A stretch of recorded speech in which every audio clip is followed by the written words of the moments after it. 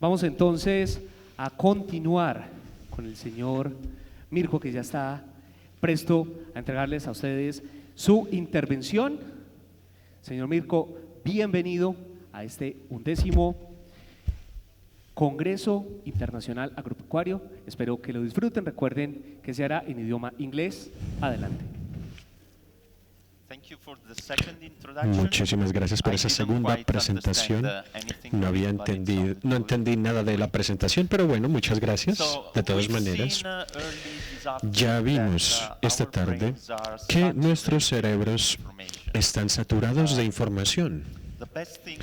Y lo mejor que yo podía hacer sería asegurarnos de tener media hora de silencio y media hora de no información. Pero yo creo que los organizadores no estarían muy complacidos con ello.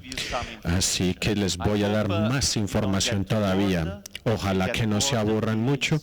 Si se aburren, por favor, tírenme papas orgánicas al escenario. No hay ningún problema. La presentación va a ser acerca de la mecanización de la cultivación mecánica, por eso les sugerí que me tiraran papas orgánicas si no les gustaba la presentación. Y voy a traerles también un caso italiano. La mecanización en el cultivo de papas es un ejemplo en el caso de Italia. Espero entonces que ustedes puedan extrapolar algunos principios de lo que hicimos en Italia y de los análisis de esos ejemplos a sus contextos particulares. Primero que todo, ya que yo soy uno de esas personas que me gusta comer chocolate cortando cada cuadradito de la barra de chocolate, soy así de minucioso, les voy a dar unas cifras bien minuciosas también. Entonces, en superficie, Asia es el continente que tiene los campos más grandes en los que se cultiva la papa, seguido de Europa y de África. El escenario cambia un poquito cuando observamos el consumo per cápita. Y en su mayor parte, esta gráfica se trata de la cosecha o del rendimiento. Podemos ver que en Asia y en Europa tenemos más bien el mismo índice de consumo, pero definitivamente más alto es el de Oceanía. Entonces, no podemos dar una respuesta a ese punto porque Oceanía no tiene mucha superficie, pero igualmente el consumo de papas allí es muy alto. Por eso es que necesitan un rendimiento alto de la práctica de cultivos de papa en otros sitios. Otros continentes, por supuesto, no necesitan una producción tan alta de papas, así que los números de consumo per cápita son más bajos. Ahora vamos a enfocarnos en Italia. Italia es el productor de papas número 39 en el mundo. Colombia es el número 31. Así que vamos a hablar de la situación desde nuestra perspectiva como productores número 39 en el mundo. Y también nos vamos a enfocar en algunos casos de Emilia-Romagna, que es la región de Italia de donde yo vengo. ¿Y por qué escogí esta región? Porque soy de allá, obviamente. Fácil, ¿cierto? Sí, súper fácil la respuesta, pero esa no es la única razón, de hecho. Porque nosotros podemos ver, como podemos darnos cuenta de este gráfico, a mí me encantan los números, y de este gráfico en particular podemos ver que Emilia-Romagna es el segundo productor de papas en Italia, es el segundo en el que se ve la segunda producción más grande de papas, precisamente, pero también es la primera región cuando se trata de producción. Y es debido a varias razones. Esas razones, o más bien la principal, es que tenemos una tradición muy extensa, comenzando desde el siglo XVII. Y otras razones adicionales son que en Bolonia, la cual es la capital de Emilia-Romagna, Bolonia es la capital de esa región, existe el Potato Exchange, o el mercado de papas, o la bolsa de papas si se quiere, y es un mercado de commodities, particularmente de papas. En 1979, la Asociación de Productores de Papas fue fundada y allí estableció su sede. Así que si nosotros quisiéramos resumir en una sola palabra de qué se trata el cultivo de papas en Emilia-Romagna, esa palabra sería calidad. Un poquito de historia entonces acerca de la calidad y por qué y cómo la calidad se hizo tan importante en esta región en particular. Bueno, primero que todo, en 1990 se estableció un consorcio seguido de un par de estrategias de mercadeo, la primera de las cuales fue de la marca registrada Selenella. Selenella es una papa enriquecida con selenio. Crearon entonces la marca registrada y comenzaron a comercializar esta papa. Y yo recuerdo que yo era un niño.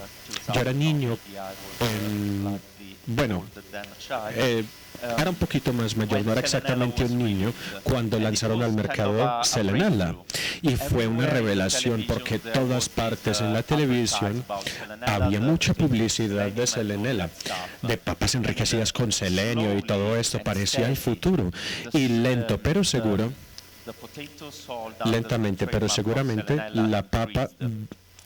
la producción de esa papa enriquecida con selenio, Selenella, se incrementó en ventas. También otra de estas razones detrás del auge de la calidad de las papas en esa región fue el establecimiento de la designación de origen protegido de la Unión Europea. Bien, vamos a entrar entonces en el tema central de esta presentación. ¿La mecanización es buena o mala? Aquí es donde está la cuestión. ¿Será que la mecanización es mala o es buena? Pues bien, vamos a tratar de proporcionar una respuesta a esta pregunta a través de esta presentación. Bien, vamos a comenzar con el aspecto de la polarización de este debate, porque tenemos dos partes aquí de este debate, los que dicen sí a la mecanización y los que dicen no a la mecanización. La parte que dice sí tiene varias razones, entre ellas no hay mano de obra disponible, nadie en Italia quiere cosechar las papas a mano. Segunda razón, podemos tener una producción más alta y la necesitamos porque si ustedes recuerdan el primer gráfico, en Italia no producimos tanta papa como la que consumimos. Y la tercera razón es que el tiempo de cosecha se puede reducir. Y hablando de calidad, esto significa que podemos cosechar papas al momento perfecto, exacto al que no necesitamos. Aquellos que dicen no a la mecanización no son demasiado elocuentes y no utilizan muchas palabras, solamente tienen una razón y es que las papas se dañan. No queremos mecanización porque las papas sufren daños y la calidad es algo que queremos garantizar en todo momento en el mercado de las papas. Bien, entonces para resumirles la historia, ¿se pueden imaginar quién ganó? ¿Los que decían sí a la mecanización o la mecanización no? ¿Será que los de sí ganaron versus los que no? Por supuesto, ganaron los de sí, ganaron los que decían sí a la mecanización. ¿Y cómo fue que sucedió eso? Bien, es una de las razones por las cuales seleccionamos este tema en particular, porque es un ejemplo mediante el cual podemos ver que la mecanización que se desarrolló a través de una interacción o cooperación de diseños de maquinaria. Tenemos tres aspectos aquí: diseño de máquinas, prácticas agronómicas e investigación académica. De esta manera pudimos desarrollar la mecanización. Tenía mucho trabajo detrás de él. Muy bien. Por supuesto que hubo muchos debates al respecto, había muchas disputas en los 90s. Hubo un debate muy acalorado acerca de la introducción de la mecanización o la no introducción de la mecanización. Aquí tenemos algunos ejemplos de los muchos artículos, miles de artículos que se escribieron y se publicaron en la prensa especializada. ¿Mecanizamos la cosecha de papas o no la mecanizamos? Ese era el centro del debate. Bien, ahora les voy a dar algunos ejemplos para mostrarles cómo funcionó este triángulo del que estábamos hablando, para mostrarles la interacción entre estos tres temas. El primer problema que elegí resaltar en los ejemplos es que en los suelos arcillosos la adhesión del suelo al tubérculo o a la papa es muy alto, así que cuando la máquina en cuestión trata de arrancar la papa del suelo, daña inevitablemente la papa.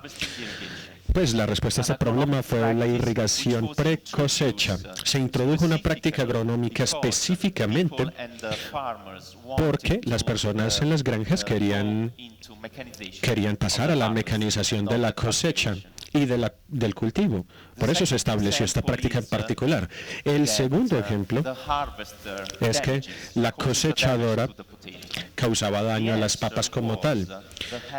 La respuesta en forma de investigación académica y de investigación de la esfera privada vino en forma de estudios muy precisos para determinar cuál era la mejor temperatura y cuál era la mejor humedad del suelo en la cual queríamos cosechar nuestras papas para tener el menor daño posible o para minimizarlo. Y también, por supuesto, la genética nos dio parte de la solución, es decir, cuál era la variedad de papas que era menos susceptible al daño. La seleccionaron esa variedad de papa y la introdujeron al mercado, aquella que era más resistente al daño. Tenemos un ejemplo de cómo la mecanización también solucionó algunos de los problemas que tenían los granjeros de papas allí en Italia.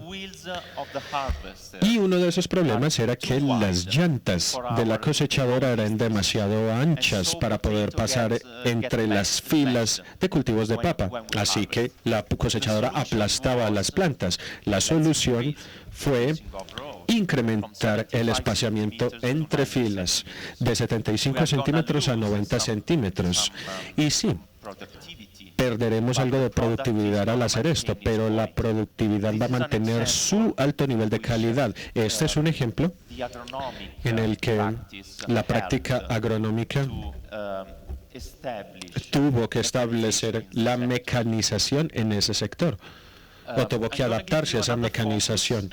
Les voy a dar otro enfoque acerca de cómo la investigación ayuda al desarrollo de la mecanización en el cultivo de papas, y básicamente se los voy a mostrar porque yo personalmente soy investigador. Hago muchos proyectos de investigación y quería simplemente mostrarles un poquito de qué se puede hacer o qué se puede lograr en realidad cuando se incorpora al mundo de la academia en estos temas, más específicamente la industria del cosechamiento de papas. Entonces, tenemos que el 70% del daño a las papas es causado por las prácticas de cosecha. Es un porcentaje altísimo. Sin embargo, la mecanización ya es un hecho en Italia, porque las ventajas son mucho más que las pérdidas que obtenemos de esos daños, y también con la mejora tecnológica también. Todo esto es apoyado por la investigación académica. En mi experiencia, puede ayudar a reducir ese porcentaje. Así que en el futuro tendremos prácticas de cosecha más delicadas, más suaves con las papas y que no las maltratan tanto. Así es como nosotros evaluamos la susceptibilidad que tienen las papas al daño. Básicamente, contratamos esto que es un péndulo tipo Sharpie simplemente para determinar cuál era la solidez. Normalmente se utiliza para determinar la solidez de materiales como acero, como aluminio, etcétera, etcétera. Es básicamente un péndulo que impacta un espécimen o un blanco en particular. La contratamos del sector de mecánica de materiales y se lo aplicamos a las papas. La papa es un material natural, ¿cierto? Entonces, esta es la manera en la que respondieron los especímenes de papas al ser golpeados por el péndulo. Al ser golpeados repetidamente, pudimos determinar cuál era la mejor temperatura del suelo, cuál era la mejor hidratación del suelo, el mejor nivel de humedad del suelo para poder lograr una cosecha óptima utilizando este péndulo. Esto me encanta también. Esto básicamente se llama la papa electrónica. No nos la comemos, obviamente. Esa papa electrónica básicamente la ponemos en el suelo y dejamos que la cosechadora la coseche, la excave del suelo y la recoja. Y esa papa básicamente es un sensor. Dentro tiene acelerómetros. Entonces, es un desarrollo bastante tecnológico y básicamente lo utilizamos para hacerle un seguimiento a la aceleración, cuánto se calienta la papa cuando pasa a través de la máquina cosechadora o a través de todo el proceso de cosecha.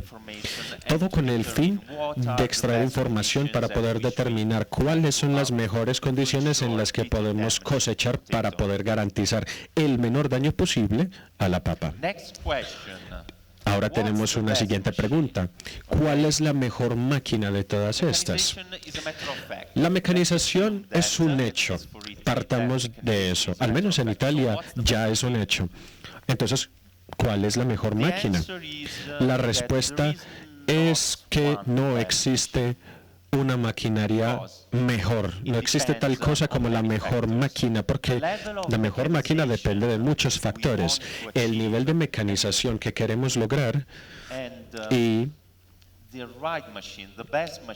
la máquina correcta básicamente depende del contexto, depende de muchos factores, de la composición del suelo. ¿Será que tenemos un suelo arenoso, tenemos un suelo arcilloso? También las dimensiones de la granja como tal, del campo en cuestión. ¿Qué tan grande es el terreno donde cultivamos la papa o la granja en total? ¿En dónde está ubicada? ¿Está ubicada en una superficie plana? ¿Está ubicada en una pendiente? ¿En una montaña? Todo ello cambia cuál es la mejor máquina, entre comillas, para cosechar las papas en ese escenario. Y también tenemos otros factores como la variedad de papas, ya hablamos de eso, y también la estructura de la cadena de producción.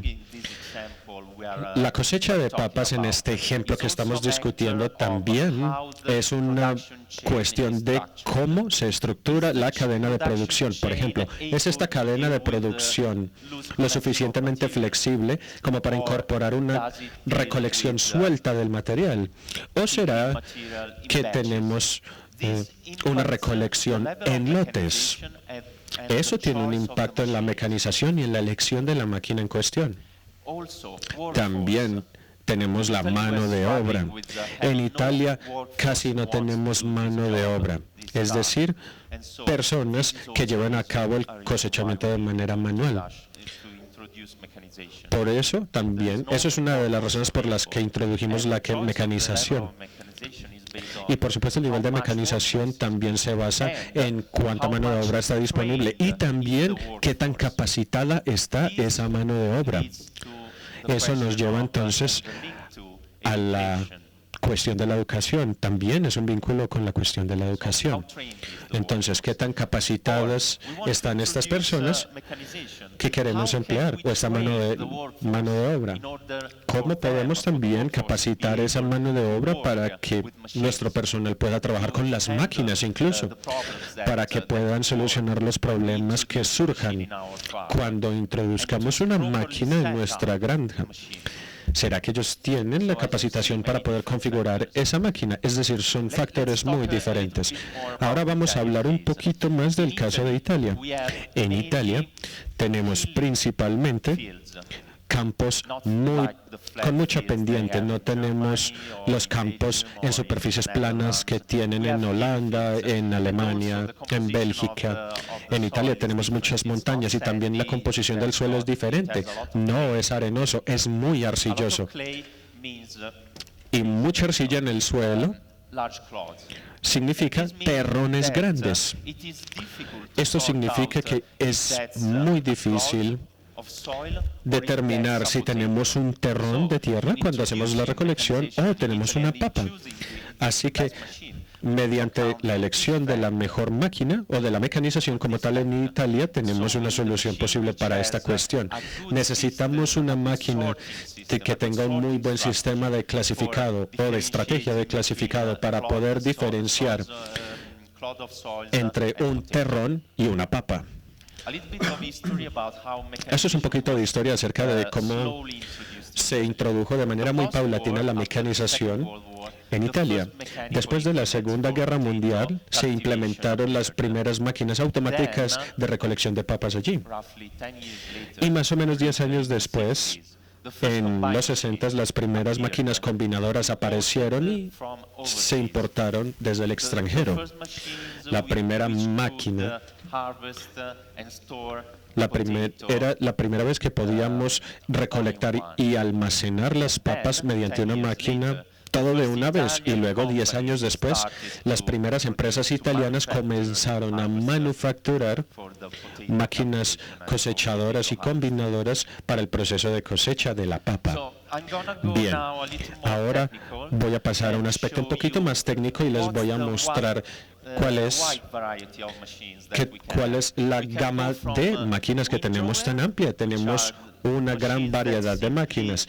Tenemos entonces la máquina conocida como windrower, que simplemente excava la papa del suelo y la pone a un lado del montículo o de la fila de plantas de papa. También podemos tener una máquina combinadora, la cual es capaz de excavar la papa y transferirla también. También tenemos algunas máquinas operadas por tractor. O podemos tener máquinas que no requieren que algo más las remolque. Tenemos máquinas de movimiento autónomo. También, una vez que nosotros cosechamos las papas, que usualmente con una combinadora, almacenamos las papas en un búnker. El búnker es un contenedor para las papas excavadas, que puede tener diferentes características dependiendo en qué máquina esté instalado. Tenemos entonces también variedad de búnkeres. Por ejemplo, tenemos un búnker que se llena y tiene que ser descargado de manera manual, lo que implica detener la máquina, apagarla y descargar el búnker. Las más grandes no tienen límite para hacer el búnker. La máquina puede continuar operando indefinidamente mientras que al mismo tiempo se vacía el búnker. Y el búnker se vacía por medio de un tractor con un remolque al lado de esta maquinaria en particular, y básicamente ese tractor va junto a la máquina en todo el proceso de cosecha. En un par de minutos vamos a ver un video al respecto. Esta es la estructura de la máquina combinadora. Tiene varias unidades diferentes que se pueden combinar, de ahí su nombre, y que pueden tener diferente diseño dependiendo de lo que necesitemos.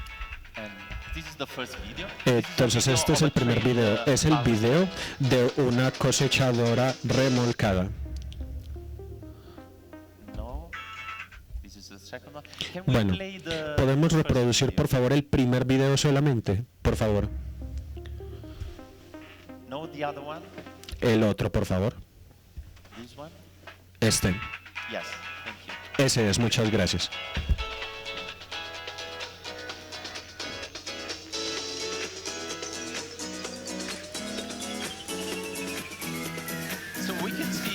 Así que aquí podemos ver, por favor, bajamos el volumen, por favor. Gracias. Un poquito más, por favor.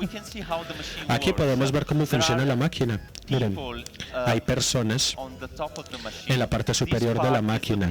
Y esta parte es la mesa de selección. Tenemos entonces personas, seres humanos, seleccionando las papas que tienen un mayor grado de calidad y desechando aquellas que no sirven, que están dañadas, etcétera. También hay una banda transportadora que lleva las papas directamente al búnker después de que son seleccionadas. Entonces tenemos la granja, las dimensiones del terreno en cuestión. Es un terreno bastante plano, como podemos ver, y esta es la unidad que descarga las papas. Las papas se acumulan dentro del búnker, miren, de esta manera, y luego se descargan. Y ya podrán ver que cuando la máquina descarga las papas, la máquina no opera. Miren, cuando está descargando las papas. Este es un caso, el primero en el que me estaba refiriendo cuando estaba hablando acerca de las partes descargables. Podemos ver también cómo la máquina saca también piedras, por ejemplo, u otros materiales vegetales como tallos que no nos sirven. Este es el primer tipo de máquina que podemos encontrarnos en el mercado hoy. El segundo tipo de máquina es la máquina de movimiento autónomo y es una máquina más grande, muy apropiada para campos más grandes.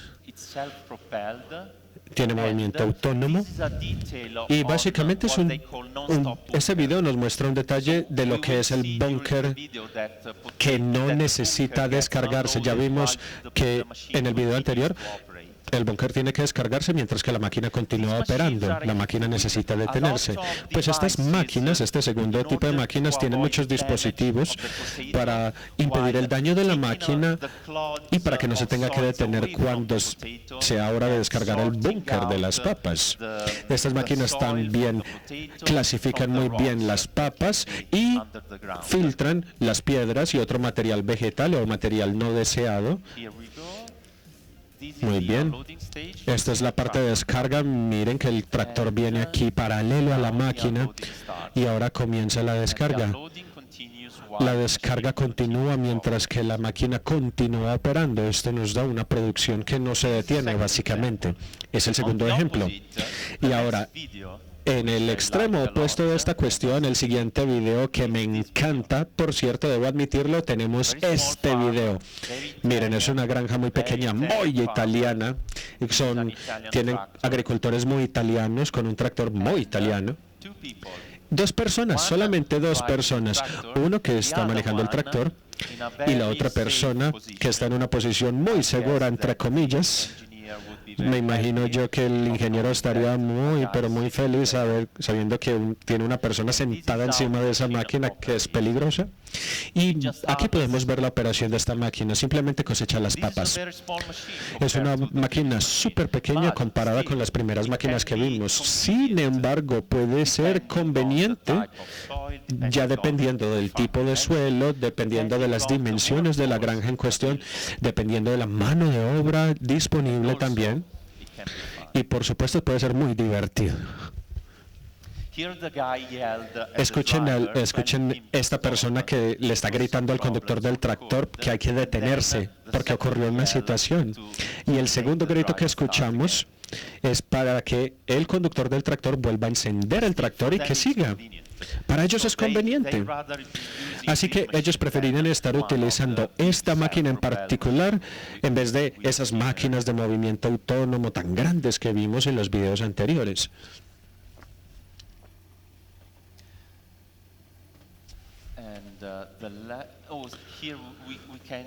Miren eso, aquí podemos ver otras personas que están recolectando las papas en bolsas.